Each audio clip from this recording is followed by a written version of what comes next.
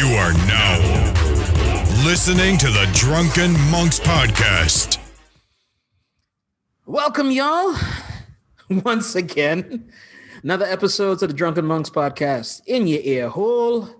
My name is Marla Brown, my esteemed partner, Denise Fiber. And we're back. Who would have thought? Yo. Yo, I did. I know about you. I did. Yeah? Yeah, man. I mean, you never stop talking, and I have been known to say a thing or two. So, I mean, we could go on for forever, man. Yeah. Let's not open up ourselves to any kind of roasting now, shall we? All right, let's do this. Let's do this. Leroy Jenkins. You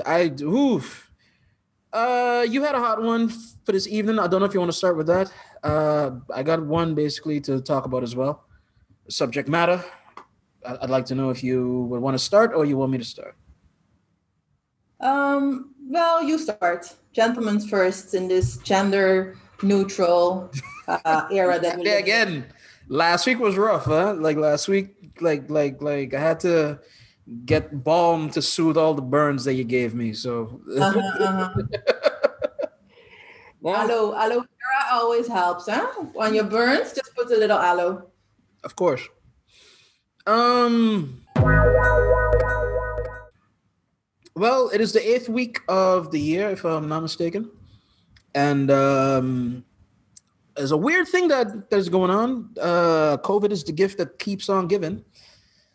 On the island of Curacao, usually around this time is when Carnival is supposed to be in full swing. And this year is a little different. A lot of stuff got either put on hold or canceled or rearranged. The big parade and all of the parades definitely was put on hold or postponed until next year. And there's also the Tumba Festival, which is a big song competition for those that don't know. They didn't have the competition per se. They had a stage show, if I'm not mistaken, that was sort of like a revival. So it's not a competition, but all of the artists, big and small, and the bands, they, after all of the measures were met, of course, but they came together and they had a bit of a performance and they were reviving Tumba, like as it were. And I think it was quite popular, actually. I was on Facebook that night, and then I saw a lot of people commenting on the different bands and the different old songs. So a lot of people were watching. I didn't watch it. I'm not of that ilk, but it's hard to not be on an island and not know what is going on with that type of thing. But if it went good, I'm happy because I'm a fan of the idea of if we can't have everything, let's do something. And for me, it was a good vibe in the sense von at least you're reminding people that, you know, that it's not all dead and it's not all gloom and doom. And there's something to look forward to. And, you know, just hold on to this and we'll go forward, you know? Yeah. I do feel bad for some of the business owners and the people that were looking forward to this season to make a little bit of money because you can call it a lot of vendors, people who make costumes, people who design the costumes, band members. Certain people, again, are kind of prosperous here, but certain people kind of depend on that type of money too, like as well. And they look forward to being able to have a bit of a windfall that can take them into wherever that they want to go. Yeah. I hope that something like this doesn't hit again because you do feel it. Like it felt weird to be on the road in this week and things were quiet-ish. And things were things were quiet-ish, it's true. Yeah. But on the other hand, like there was last week Friday, because the big parade was supposed to be Sunday, and then before the big parade, you have the parade of Bandaba, which is the west side of the island, and before that, so the Friday, you have the teenage parade. Right. And people on the radio, I was listening to the radio all day on Friday, and they were just pretending like Carnival was going on. It was like, yes, everybody get ready. Tina Parade is about to start. And don't forget Bandabao Carnival tomorrow and Grand Parade on Sunday. Like things like that. I was like, people. So it's still in our system, I guess. But that's not a bad thing, toch? Like a little bit of make believe and hoping towards the future. I don't think that's bad. No, that's not if people bad. act upon it, then we got a problem. Funny. Like it always made me go like, huh? Is Tina Parade actually going ahead tonight? And then when she started talking about the Bandabao and then they mentioned Grand Parade, and I was like, oh, okay, it's all right. I didn't get the memo at first. No, but I mean, but again, the whole point of it is to let loose and to have a little bit of fun. And if the fun in this case is to be pretending that something is going on, then hey, more power to you. Again, as long as it doesn't get in the way of what anybody's trying to do. So, for example, that somebody would hear that and then go gather at a spot or something, or that they still got such energy for the carnival that they end up making another party or whatever have you. Then yes, then we're on the wrong track. But looking at Tumba on TV, maybe with your family, maybe extended family, some folks over, I don't think, and especially that we've gotten it a little bit like under control again, it's not too bad a thing, I think, that if you had a small barbecue, maybe a couple of friends, nothing too big, too wild. Like, it's not too bad. And of course, adhere to the Avon clock as well. Yeah. No, but you were saying about people letting loose. Do you think every people needs a national moment of letting loose? Do you think that is necessary in a culture? Very. I mean, Jesus, like beyond what you tend to have is that for whatever reason, we have built a world in the Western world, at least, that is very stressful to us. I and this is my opinion. This is not fact or any kind of science in the back of it that I could point to. But I definitely feel that for every stress you have, you need to have a bit of a blow off. I think that if you work hard, like I see it as the cleaning house type of principle. Any Caribbean person that has a Caribbean mother knows Saturday or Sunday is the clean house day. And from sun up till sundown, you're cleaning. And I mean, to the point where you could lick off the walls and the floor, but it's hard work. Mm-hmm. But at the end of that, you light a candle, maybe Ma cooks something that is really home and like kind of comforting and whatnot. And you enjoy that moment, like that moment of, phew, we got this done. I think that a lot of people, and especially nowadays, we have a lot of stress, man. We are under a lot of things that we didn't plan for, know how to deal with. We're still trying to adjust to. We are trying to adjust to everything internet. We are trying to adjust to loosening of standards and morals, if you want to call it that.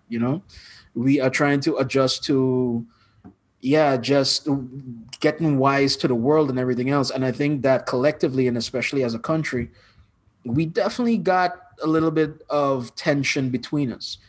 COVID definitely kicked that into high gear. You have to stay in the same house with the same people over and over and over. That'll do anything to somebody, And just definitely like a blow off steam. I think that Carnival is the most beautiful thing in the world because of that. I think, and beyond proud to have been born into that type of culture, to be grandfathered in. I think that at its best, and it doesn't matter which carnival that you have, because of course the one here is different than the one to St. Martin, is different than the one to Anguilla, is different to the one in Statia, Waitikville, But I think that they're all a moment of, okay, we're just going to relax. We understand that there are these rules in place. We're going to put these rules aside. Some of them, not all, like you still can't kill, but definitely you could tea for wine, And, like I'm a drink, I will enjoy my friends. I'll see family that I haven't seen in a long time. I will dress up. I will play mass. I will have a pageant of a sort, you know what I mean? And I can be, braggadocious or larger than life or whatever have you. and you can just enjoy yourself. And if done right, because of course we've both seen where it could go wrong. If done right, it's a beautiful thing. It's a thing where everybody can enjoy themselves. They can let loose. They can forget about the past. They can live in the moment, and then just kind of leave it alone. And I've then spoken too much. Let me ask you about the same then thing. you're back to reality. Let me ask you the same thing. Do you think something like Carnival is necessary?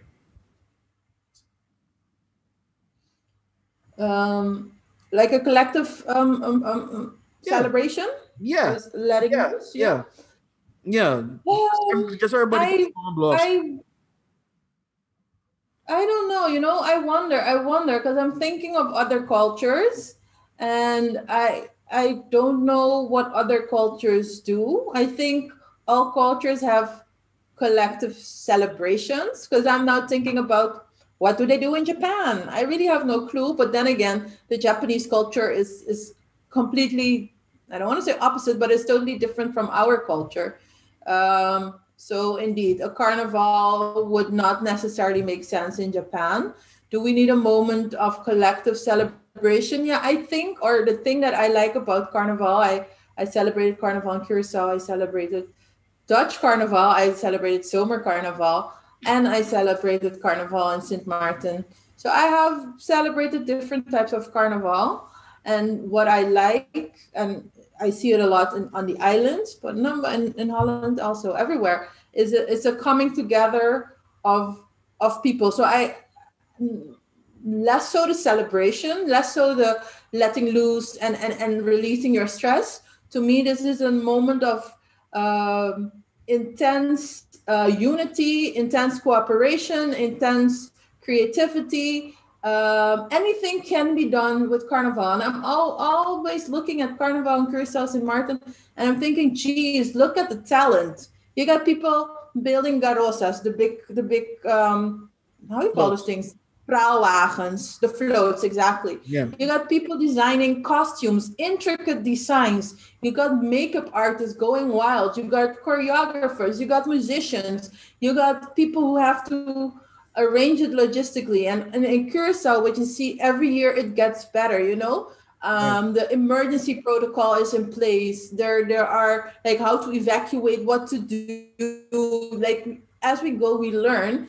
And you see that the designs are getting more and more complex. So I'm always like, the whole organization is a whole gedoe, because you have to arrange with all the groups, with all the trucks, with all the everything. The sound has to be the right volume. Like it is so much organizing, so much planning, so much execution, and it always goes flawless. Yeah, there are always hiccups and all kinds of things, but the parade is coming, and people are having fun both in the parade and outside of the parade. So I'm always thinking, look at this power, look at us. This is us, Right. And then we can't manage our country, but we can manage a party that takes weeks. I mean, what is wrong with us? So to me, Carnival No, but I mean, of our power and of what we can do. And somehow I wish could encapsulate it, or we could put it in a bottle and extract it and then use it in other settings that are not Carnival.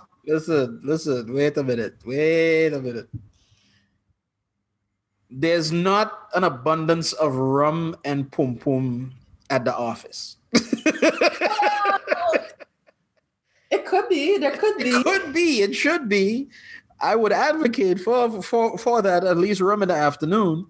But no, but that's the thing. We enjoy Carnival, and that's the whole thing about it. We enjoy the things, and I won't speak to Curacao because here is a more, I wouldn't say conservative, but definitely a more toned down type of vibe as opposed to St. Maarten, which I know and love, Statia, which I know and love. Them boy, them whatless, them boy, them bad, them boy. And I love it. I love the fact of there is a loosening of all kinds of morals, but like loyalty to friends, loyalty to family, inclusiveness, as you say, those aren't loosened, but sex, relationships, dancing, sensuality, all those things are loosened just a bit. And I dig it. Honest to God, I dig that fact. And we enjoy that. We enjoy that so much to the point that it's so sweet it becomes something to look forward to. So yes, people will do the work and do the effort and do whatnot because the reward is that big. When you've been looking at your crush in the office for like 9 months and then kind of all rolling around, you're like, hey Dre, you're gonna be in the Juve perhaps, maybe, she give you a little twinkle and a wink. Yeah, man, I'm gonna be there. Maybe like I see you. Boom, you got something to look forward to. You know what I mean? That's yeah, and you don't have that every day. Yeah, I think the Windward Carnival is different than the Curacao Carnival. Mm-hmm. But like you say, that the culture needs a loosening up, a party, whatever.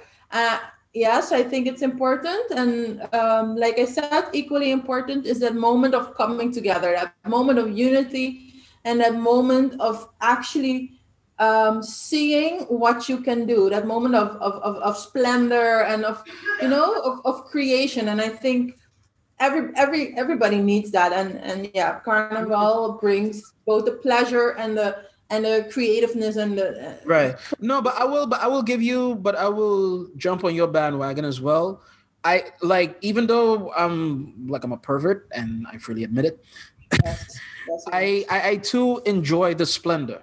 I very much enjoy like the peacockness of it all, and not towards an arrogance or sort. It's just an explosion of wonderfulness and life and flair, and it's a beautiful thing.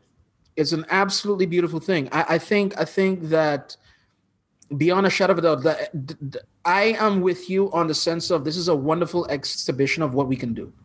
This is a wonderful exhibition of, it doesn't have to be dull, dreary, drab. It doesn't have to be unorganized, because we know how to organize the hell out of this. So like, take this as your lead and as your example. I too very much in that band camp, but this is the problem. I think that nobody takes it like how you take it or how I might take it. In the Zinvan is not a symbol to everybody else. It's just a time. It's just like, I'm here, I am going to enjoy it. It is, I know of the ritual. I might not even remember or understand what the ritual is here for like anymore, but I'm going to take part in this thing because I've always took part in this thing, and my mother has always took part in this thing. And so we are going to continue, you know what I mean? I don't think that people see it like you see it, like as a symbol. No, but oftentimes you don't sit and analyze and think about all these philosophical things. No. And even though you don't see the symbol as a symbol, it doesn't mean that collectively speaking, if you're zooming out, it's very much symbolic. So in the moment, you probably indeed are not thinking of those things. Right. But it does say a lot about a time. It does say a lot about a culture, and I think it does represent something. No, but I would actually go. Believe it or not, we're gonna round this off around here. Not now, but just look like in a bit. But it also dovetails into what you was thinking about bringing up as well, because the idea of a symbol and the idea of thinking about a symbol, I think that that's part of the reason why we can't get to where that we need to get to yet, because we haven't. For if you want to go rough and deep or whatever, but I think that the great crime that happened to our people way back when, it cut us off from all of the symbols and all of the myths and history that we had. And in that, so there's no aspirational beyond what was at the time trying to survive or whatever. Over time, and prosperity came and freedom came and everything else. And so I think that we're in the process of slowly building those back up. I think that we're myth making amongst ourselves. And so thusly, now Marlo is talking riddles, but in the next segment, exactly what he's talking about. Wait a minute. Having said that, I'm looking forward to Carnival 2022, and I'm planning to celebrate it at least 2 times. Curaçao, St. Martin, hopefully also Zomer Carnival. Echt? Yeah, man. Yeah, I want to play mass. I want to play mass in Rotterdam. Don't get shot. Hey, come on. But I was just go. No, Yo. play mass in Rotterdam, but it has to be like a soca truck. Yeah, like it can't be just no regular truck. Like it gotta be more authentic. Soca all the way. Yeah, toch. Yeah, man. All right. Okay, cool. We will leave it here. You will get a drink. I will get another. And we shall be back.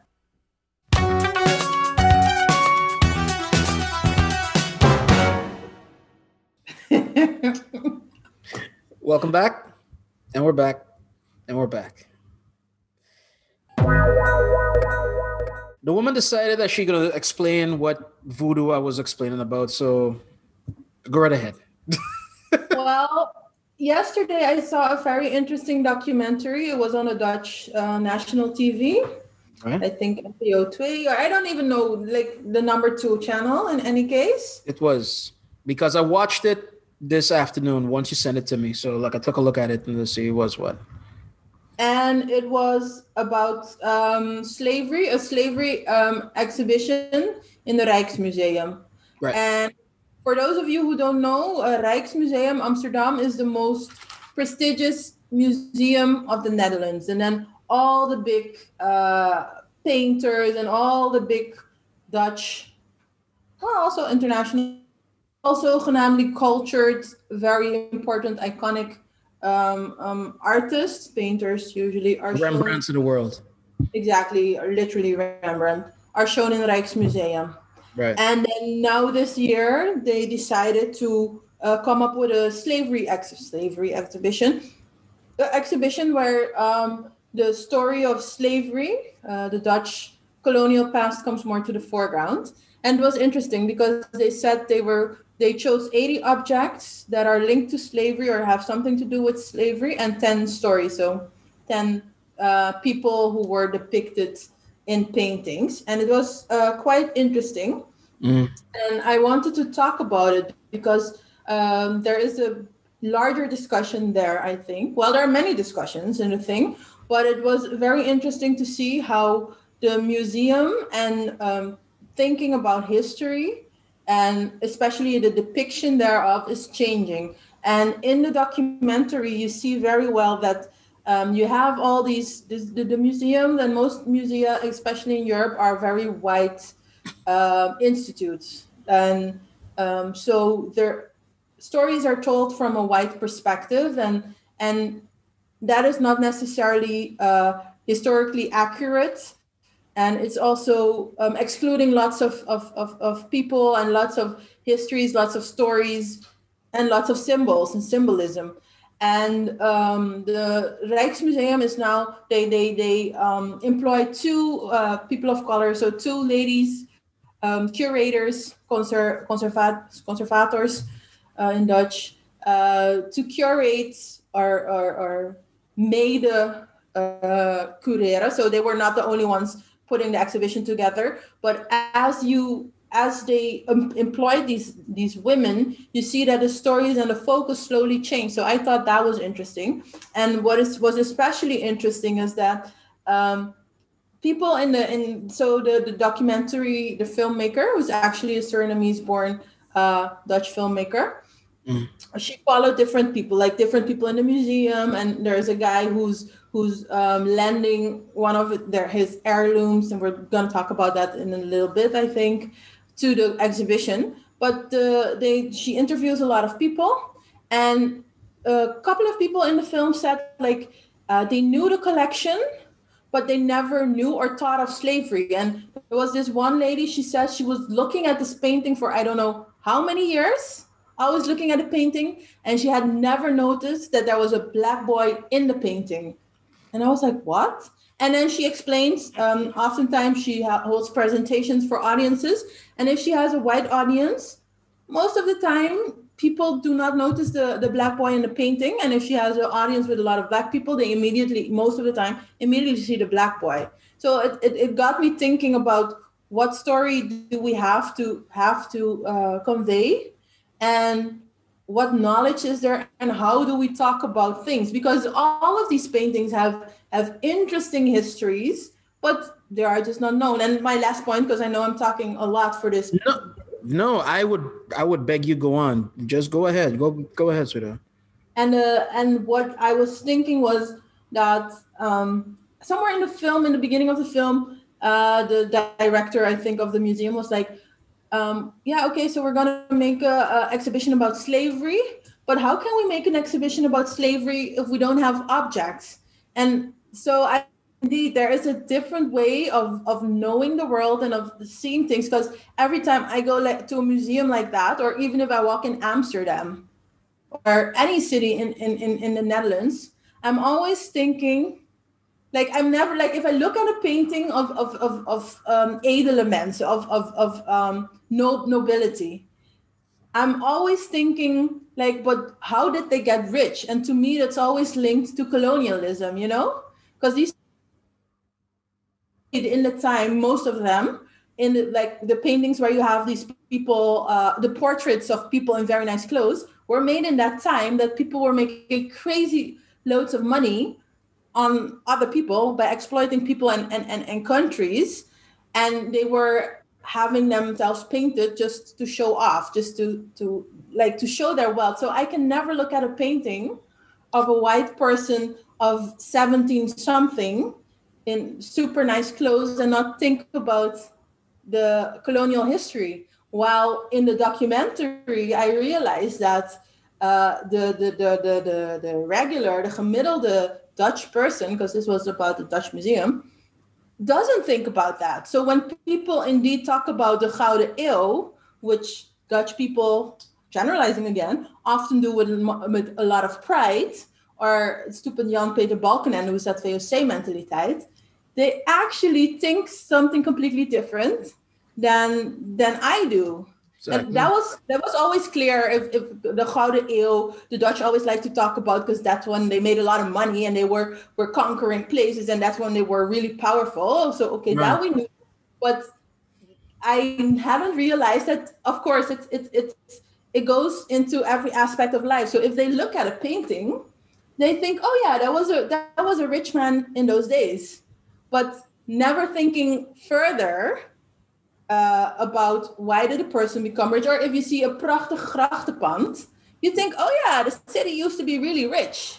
But you don't think about why was the city rich. So I thought for me that was also interesting, and there are conversations to be had. And okay, now I'm giving a whole lecture college about this. But eigenlijk somebody went to college. But eigenlijk what I was thinking was, what do we on the islands have to do to tell our own stories in a different way? Because we are also brought up, we're also often looking at our own history through European eyes. And a lot of history has been forgotten because it was told by not us. And like you say, a lot of symbols are lost or forgotten, myths are gone because we did not keep the stories alive. So great that is going on in the Netherlands. It is heel erg nodig. And, you know, colonialism and slavery is part of their history and is one of the reasons that they were able to amass such wealth and develop the way they did. But we as Black Caribbean people, descendants of enslaved persons, descendants of Africans, we also have to do some kind of work. Okay, I said a lot, so many things to dissect. So you choose what we're going to. Man, you're telling me to choose, man. I want to. I'm gonna start with the documentary because I gave it a look. I didn't give it a deep dive. I did look through the whole thing. I had it playing while I was working. And definitely when things perked my ears, I looked at it, you know what I mean? But I was listening to it the whole time. Oh, okay. To the documentary itself, I'm glad it exists. I am pissed at its execution. Why? I am genuinely pissed at his execution, because I will ask the question. And by the way, for those that want to see it, I think I'm going to link into the description the link as to what we saw, right? But for me personally, it was a lot of ivory towerness, if that makes any sense. Is like a lot of preaching to the choir. Like, if you make something, who are you making it for? Because the whole subject matter of a museum and high art and high culture and thinking and like intelligentsia. I'm glad the thing exists. Listen to me again. I'm glad the thing exists, but the way that the documentary was made, it rings some bells with me. Like, from like all the way down to how it was shot and the cinematography and the music and the background and whatnot. Wait. But if you say it's like preaching to the choir, like, right. Who do you think is the intended main audience of this documentary then? I'm not going with who's intended. I'm definitely going with who will watch it. And I guarantee you that it is high-minded people that give a damn about art. They give a damn about the museum. They give a damn about learning about slavery. They give a damn about, let's say, re-examining themselves. I beg to differ, I mean, those people will watch as well, but it was interesting because in the documentary, mm-hmm. They showed one clip. I don't know if it was a discussion night or whatever. One of the curator of colors, she gave a lecture and she was explaining why she doesn't like to use the word nigger. I also don't like it. She was explaining why we are now saying, why you say black person and white person. Yeah.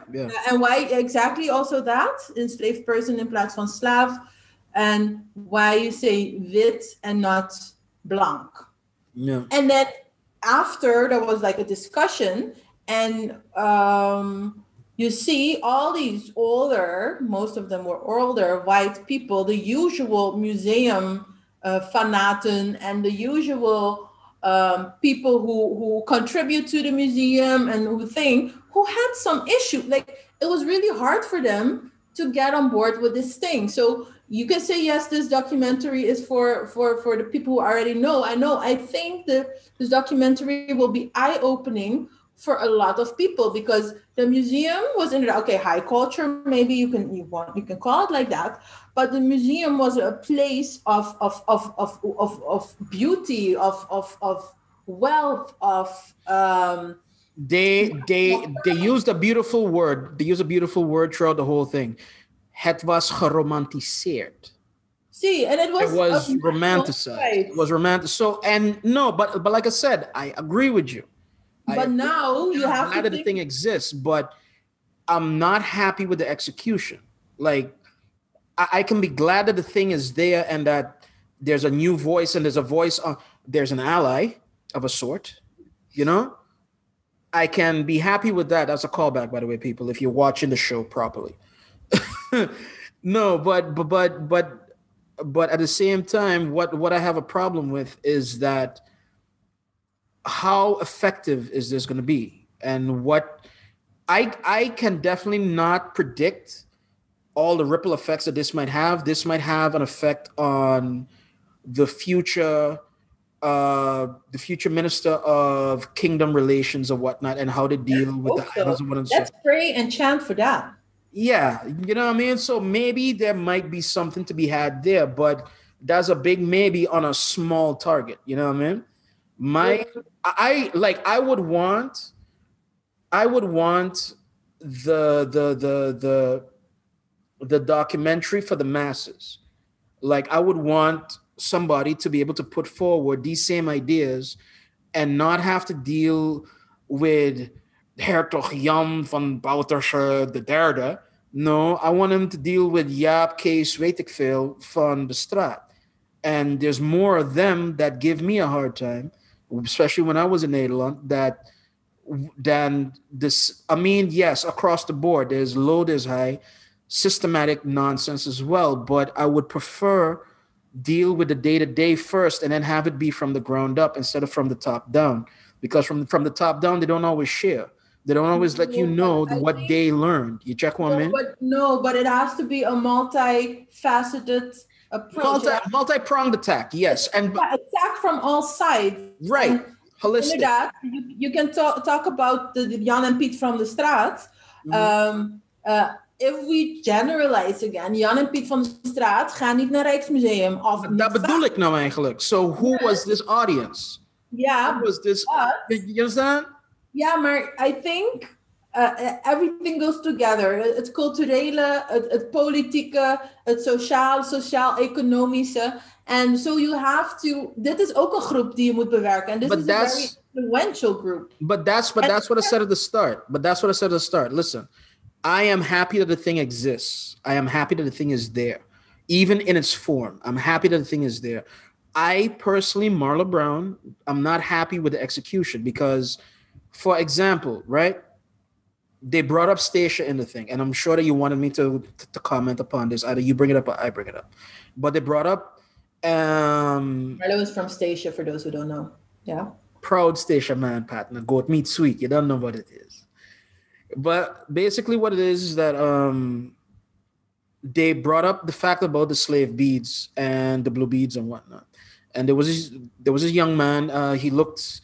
like he was a descendant, but far, because I don't know his people. So if I don't know his people, he here for their reason. He's a Spanner, and a Spanner is a typical Stacia name. Yeah, it's a typical Stacia name, but he wasn't there lately. He was just there to film. He was very Dutch in his he hang with nobody, Pat. Now he was not on the block with nobody, them, right? But what it was that, so he was a part of the documentary because he had a necklace of blue beads that he inherited from mother to father to mother, like generations down. Don't begrudge him that. I do not begrudge anybody that. But that story in and of itself, and I can't fault the filmmaker neither because he wanted to tell a particular thing. So he told a particular thing. But at the same time, it's as if Stacia was a beautiful painting within the whole thing as well. There's a history there too. There's an explanation. They had started to explain about how that the myth is that on Emancipation Day that every slave on Stacia threw their beads into the sea, and now because of that, every time that there's a storm or a hurricane, like the beads wash up on the store. All of that is cool, but I ain't hear nothing about Black Harry. I ain't hear nothing about the Methodist Church. I ain't hear nothing about, like this thing was polished down to a fine point to explain to people who will not want to be bogged down by the details. And I understand it's a starting point, okay. But even in that starting point, it was not, for me, it was not given enough breadcrumbs to want to go further. Like, I'll see this, I'll understand this. This absolves me of some guilt as a white person, as a Dutch person. And I will feel better if I just go by the Rijksmuseum and I watch these things and I have a day of fucking solace and I'm done. No, we're not done. You have all the islands that are still part of the kingdom. You still have a legacy of colonialism that has destroyed in all, like in my opinion at least, that has destroyed Suriname, that has done damage across the board. This thing is built to be a bomb. Like, the documentary to me was like a salve, was like, oh, je weet wel dat het was fout gegaan, maar oké, hier heb je dit. Misschien kun je iets leren. En dus dan kan je bij een andere feest of weet ik veel doorgeven van, hey, weet je, ik heb een documentaire gezien en weet ik veel wat en zo. And then we're done. You're calling me, the thing was built. You're always calling me the cynic. In this story, I'm like, no, man.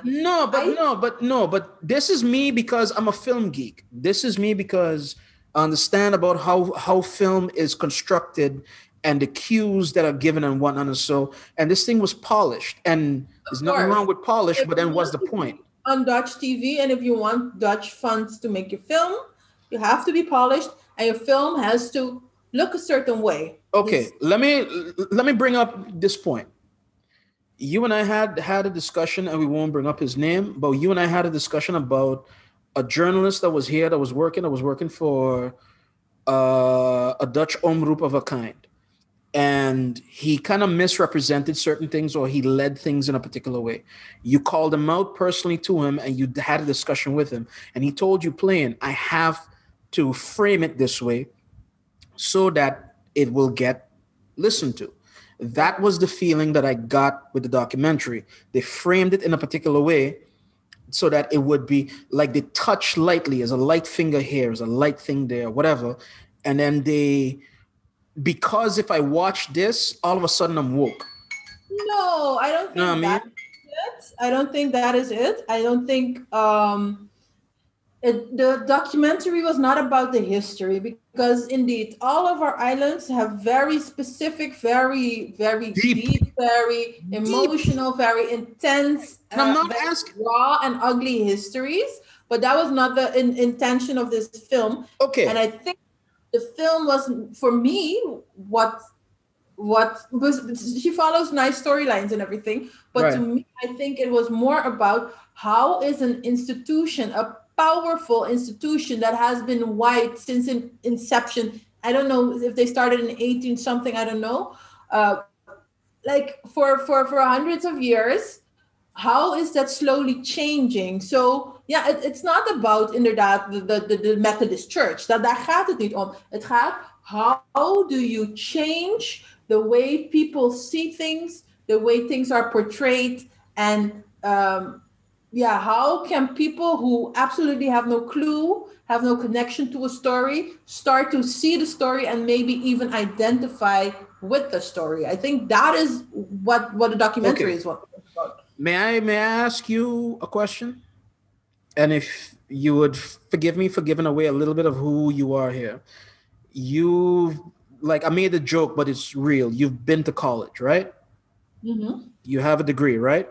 Mm-hmm. The degree is in anthropology, right? Yes. Okay. You were taught, and we've said this in a previous episode too, like as well, you were taught to think about how to think, right? That didn't start with you. It didn't end with you either. No. My one of my main really with this is that intellectuals, proper intellectuals, because that same curatorship you had at the time, you had two persons of color and two white ladies, and it's the whole time it's like the white lady's like, I never knew.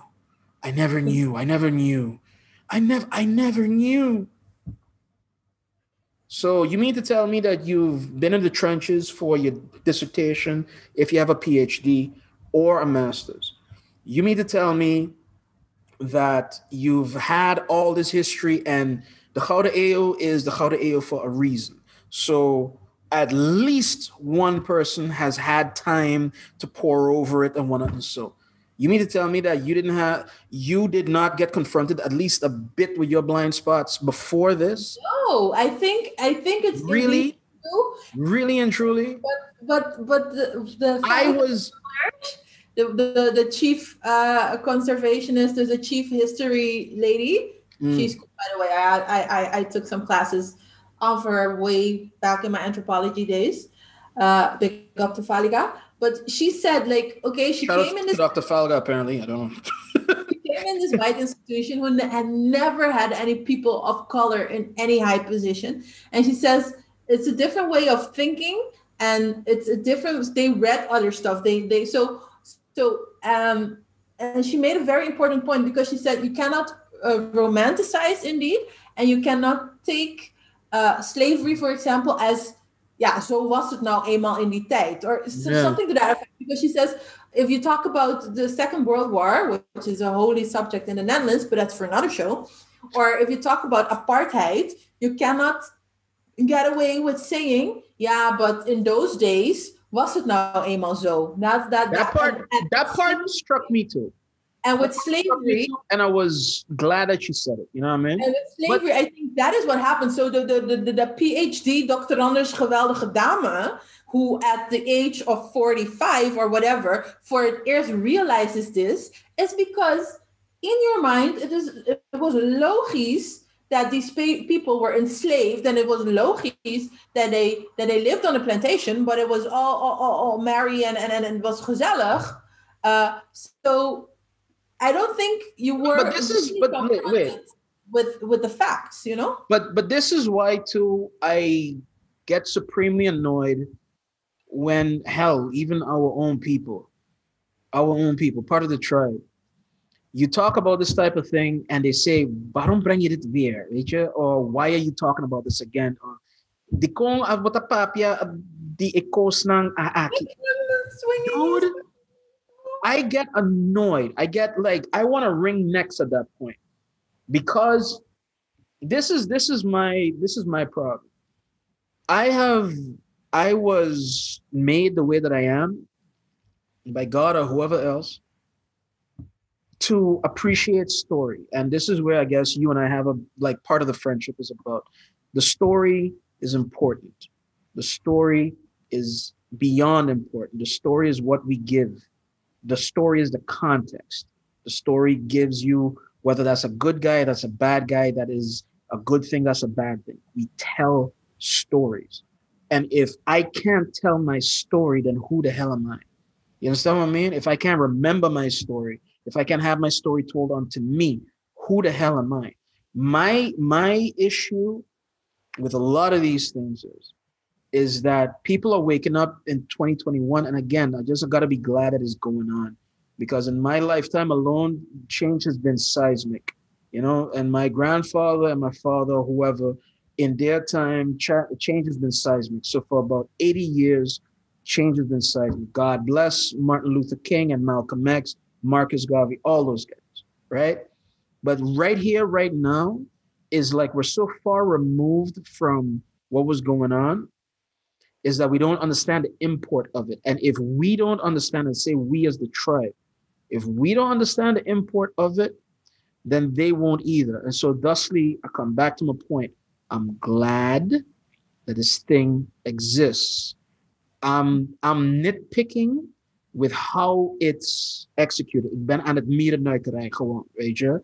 But at the same time, across the board, I'm glad the thing exists. I am glad that these white ladies and all these older folks and whatnot and so have learned a lesson of a point. My only question is, where do we go from here?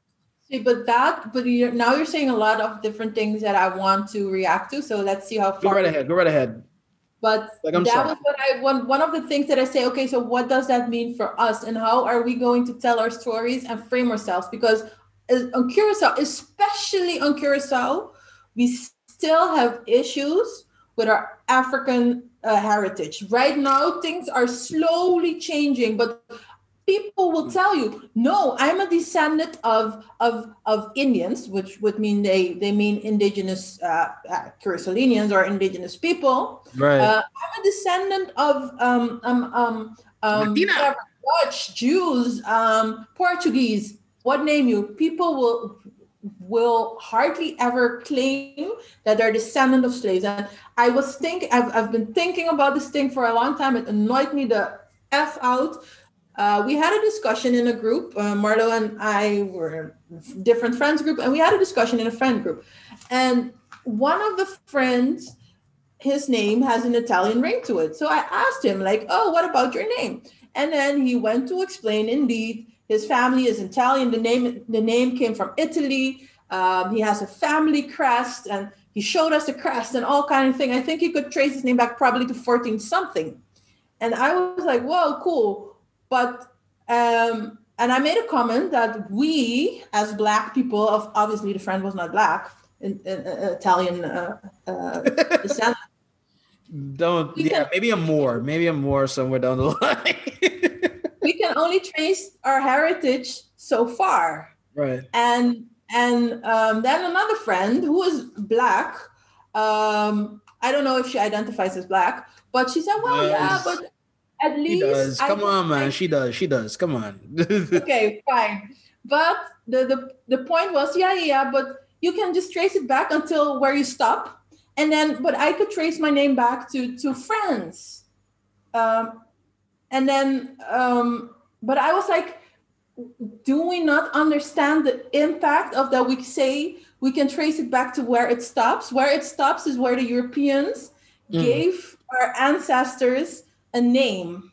Right. And it's not like our history started there, but if we self can see it, and the thing, what struck me the most and annoyed me the most is that was said,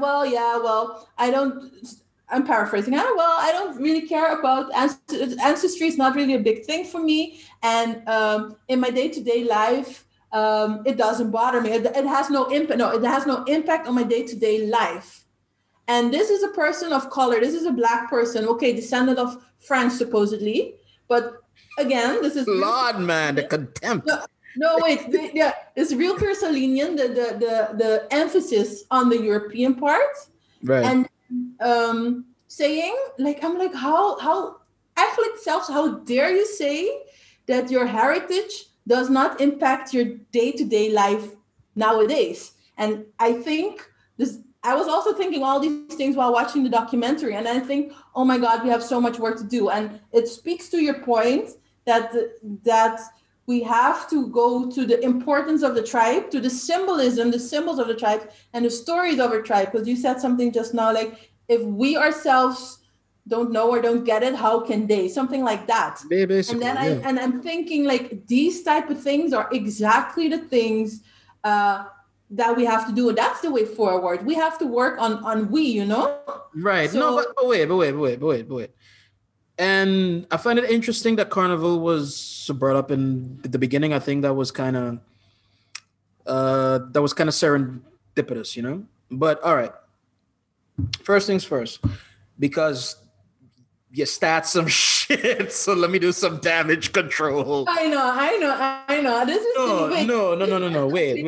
This particular friend of ours, it is not that she doesn't value. It is not that she doesn't value history. It's not that she doesn't value heritage. It's not that she doesn't value, but she as an individual, she is forward thinking. She while she does see these things as this is what brought her here to the dance, she's not a person that would hold on to things, and she very much believes in agency and being able to turn things around or change things or whatever. Worded it badly. I will freely admit she worded it badly. But no. I think there is a lot of onderhuidse, unbewuste things, because you cannot tell me my ancestry and the history do not impact my life, and you're walking around with straightened hair. Yeah, but then that's between you and her to go figure out. But this is indicative to me of a larger problem within our community. Right. No, but okay, look. As the same 45-year-old PhD in the Rijksmuseum who didn't think of who die niet verder denkt. Right. You know, we have to But then I have a question. And believe it or not, all this stuff coming back around. So then I have a question. Would such a person be eligible for allyship or not? If they don't understand, if they don't get it, but they're still willing to fight the fight, if they're still willing to... How are you... No. Nee, dat kan niet. How can you fight? Nee. How kan niet? I would argue that it kan wel. Nee, maar we're going back to... People just watched the episode of last week. Maar allyship is niet alleen een gevoel hebben for the cause. No, but it's not about the gevoel. It is literally... Is je actief inzetten ergens voor. Okay, so... For something. And if you do not understand the thing, you're gewoon a very interested medestander, iemand die een duimpje geeft. Okay, so let me ask you this. Ally in the sense, for me, that an ally is. What are you doing to push the movement forward? All right, let me ask you this one. Are you the head of your department or your sector or your like organization?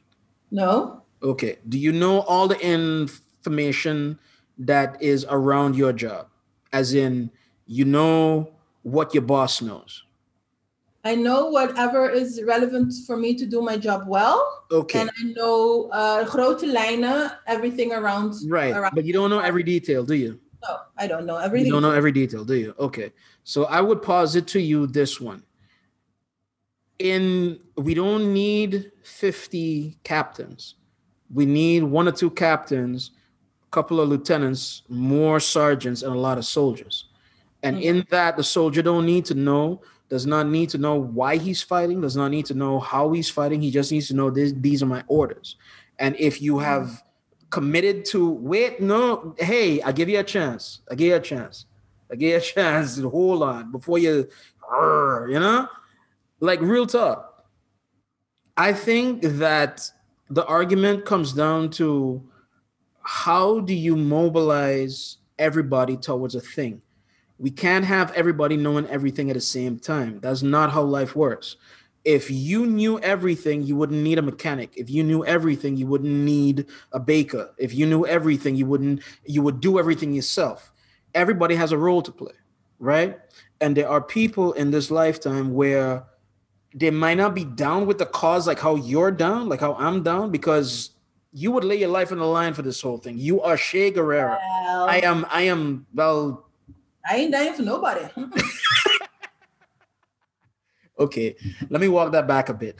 You would invest 8 hours a week for the cause. Maybe buy a lotto ticket. Right? Yeah, but it's not everybody that has to fight the fight on your level. There's not everybody that has to fight the fight on my level or understand on my level. They all listen. I would want, and this is where I think that it bugs you, it bugs me as well. I would just want for across the board everybody to know 2 things. A, there's something wrong with the matrix. B, I can do something about it. That's it. Yeah, okay, Let me start there across the board. Every man, woman, and child, something wrong with the matrix. Let's do something about it. Clap. Okay, yes, yeah, maar I think it comes down even just to speaking your words again. What to you is an ally? So what to you is an ally, Marlo? I think, listen to me, anybody who is rowing in the same direction that I am rowing, whether they rowing as hard or as soft or whatever have you, but anybody that's rowing in the same direction, we're on the same boat.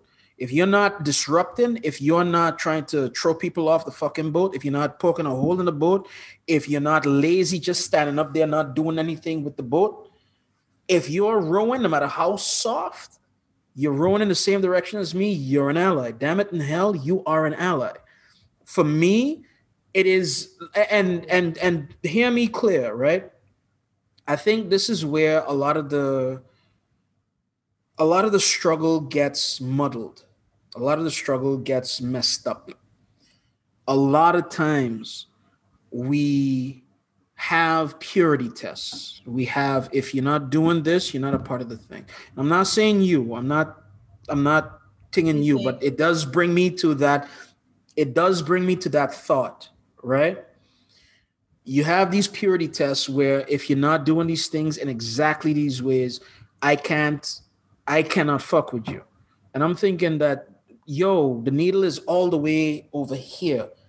If you can get it at least here, we could start to make some motion. You want it, everything has to be perfect and it goes here one time. No, that's not change. That's not how life works. No. It's not how nothing works. You check what I mean?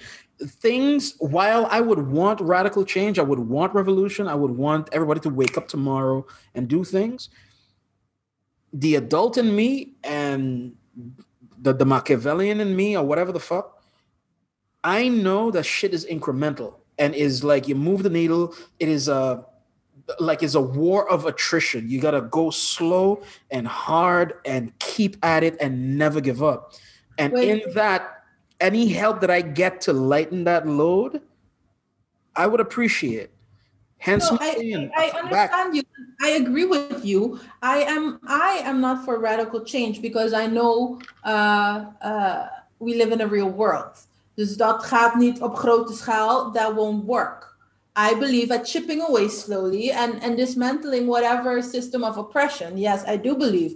But where I differ in opinion with you, to me, a soldier is not an ally. Just being a soldier is not an ally. Indeed, you say, whoever walks with me, I'll take it. Yes, you need everybody in whatever pace they have to walk with you, to come with you, to follow you. Maar voor mij ben je dan nog geen ally. Just because you're like, oh, yes, I get it. Oh, whatever, maakt jou geen ally. So you need the actions of those individuals that are walking with you, and the collective of those individuals will eventually move the needle. Maar voor mij ben jij dan als individu nog geen ally. So to me, I think there's a difference in that. So yes, you can.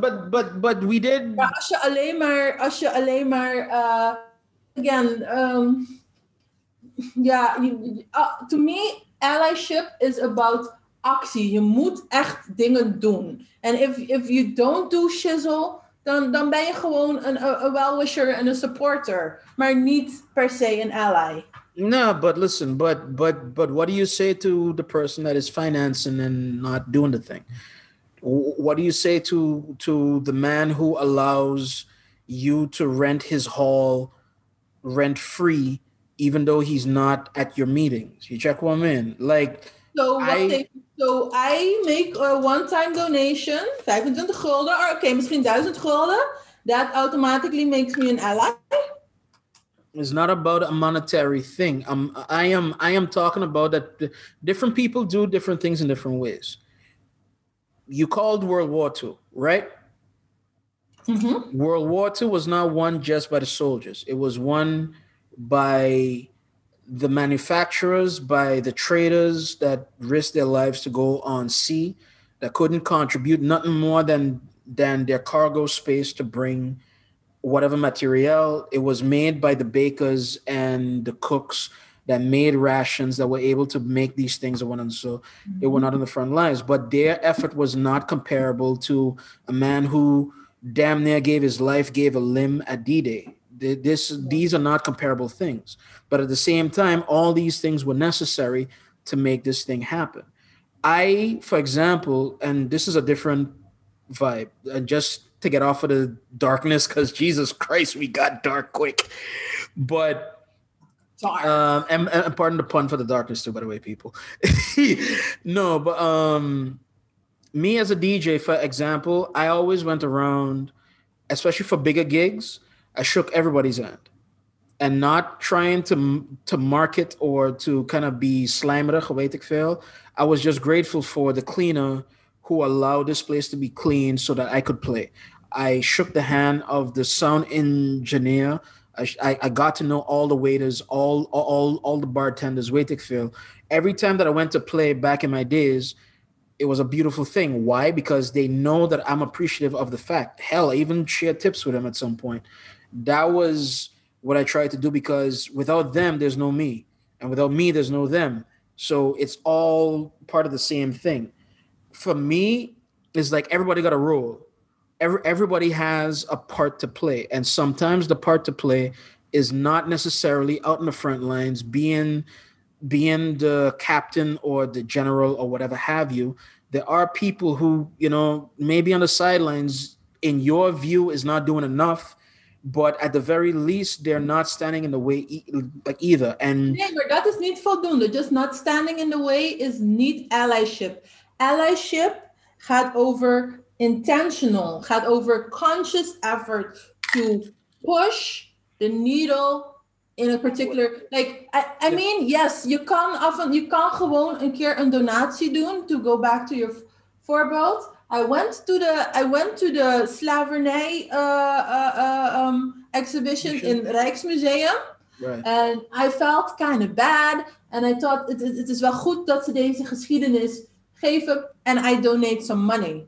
That, to me, is not allyship. Allyship gaat echt over intention. Het gaat over consciousness. En het gaat over de inspiration en de action om een situation van inclusion echt te bewerkstelligen. So to me, a soldier is not an ally. Je soldier heb je nodig and all the soldiers together will eventually push the needle, maar dat is geen ally in my dictionary. Okay, all right. So we have agreed that we got two different definitions. So, but I do got one last question before that we run this up because we've been going for a while, sweetheart. Yeah, probably. Let me ask you this one. Are you happy with the documentary? Yes or no? Yeah, I actually liked it. Right. And I'm like, okay, I want to go to the Netherlands to see this exhibition. I don't know if that will happen, seeing the current state of affairs, but so I liked it. Vaccine, yes.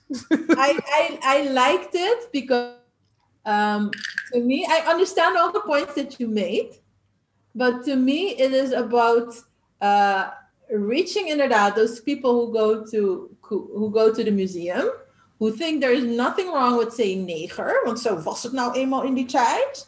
And so, like I said, you have to attack the thing, this racism in this case, bijvoorbeeld, from all sides. You have to become inclusive on all levels. I like the documentary. I thought it gave a goede inkijk in how a process of conscientization, or whatever is the word, is, and how a museum-like society is slowly changing. I thought it was nice. I will end off with this too as well. I thought it was dope. I just didn't like how it was done, and that's it. That is literally it. Like I thought it being in this world, somebody putting time and place to a thing, and I'm a little spoiled, so I guess, seeing yet another voice makes me, but I was glad I'm glad it exists. Hopefully, maybe, whether your definition or mine, it sparks another ally, it sparks another whatever, and then we'll see. But but I am glad that the thing exists. I am glad that the thing is there. I am glad that in 2021 that there's more conversation, there's more thought and forethought about how things are. But I will end with this, and not to start another conversation, but just something to go into maybe for another time. I do hope that is not something that is like woke chic, if you understand what I mean. Like only people who want to be chic with their wokeness. Like, again, the person that is advertising, have you seen this documentary about, no, my life is not fodder for your social status. You know what I mean? Like that one, I'm hoping that doesn't happen. I'm hoping that the revelations and the conversations that come out of this is sincere. And I'm hoping that some people take a look at things a little different, Yeah. If you didn't realize by now, but she and I are pro-black. Yeah, me. Just a little, you know what I mean? I think that we're done. I think that we're done because I think that we hit our time. But it was good this week too as well, man. It was a lot of back and forth, and I could definitely see this going a little further. So to everybody listening, to everybody watching, and to my esteemed guest, I would say co-host, sorry. Co-host, Matt. Yo, the booze is working. Fuck it. No, but my name is Marla Brown. That's Denise Faber. Wait, I always get that wrong. Denise Faber over there.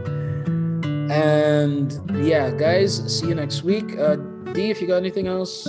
Well, tune in next time for another very serious and another very interesting and animated discussion. If you have topics we should discuss, well, hit us up. And at the email, at our Twitter, at our Facebook, and yeah, just come true. Signing off.